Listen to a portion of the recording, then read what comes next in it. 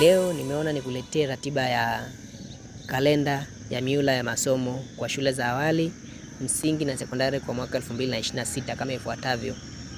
Kwa mula kwanza, shule zinafunguliwa Januari 13, 2026. Alafu kutakuwepo na likizo fupi ya mwezi wa 4. Itafungwa tarehe 27 mwezi wa 3. Shule itafungwa tarehe 27 mwezi wa 3, 2026 kwa likizo fupi na kufunguliwa tarehe 8 mwezi wa 4, 2026.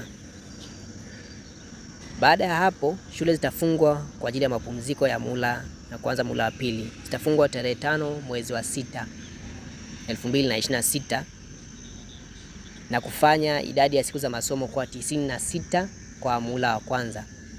Wakati mula wa pili shule zitafunguliwa tarehe 6 mwezi wa 7, 2026 na utakuwepo na likizo fupi ambazo shule tena zitafungwa tarehe 4 mwezi wa 9, 2026 na kufunguliwa tarehe 14 mwezi wa 9, 2026.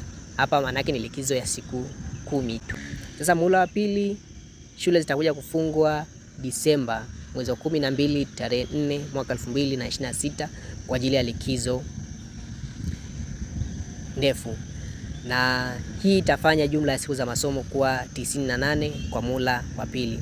Sasa ukijumlisha siku za masomo kwa muhula wa kwanza na wa pili, muhula wa kwanza ni siku 96, muhula wa pili siku 98, na jumla siku za masomo kwa mwaka 2026 itakuwa ni siku 194. Mdau wetu ni kukaribisha kulike na kusubscribe channel yetu kama bado uko hujasubscribe na kulike, lakini pia utafurahi kupata komenti yako. Uwe na wakati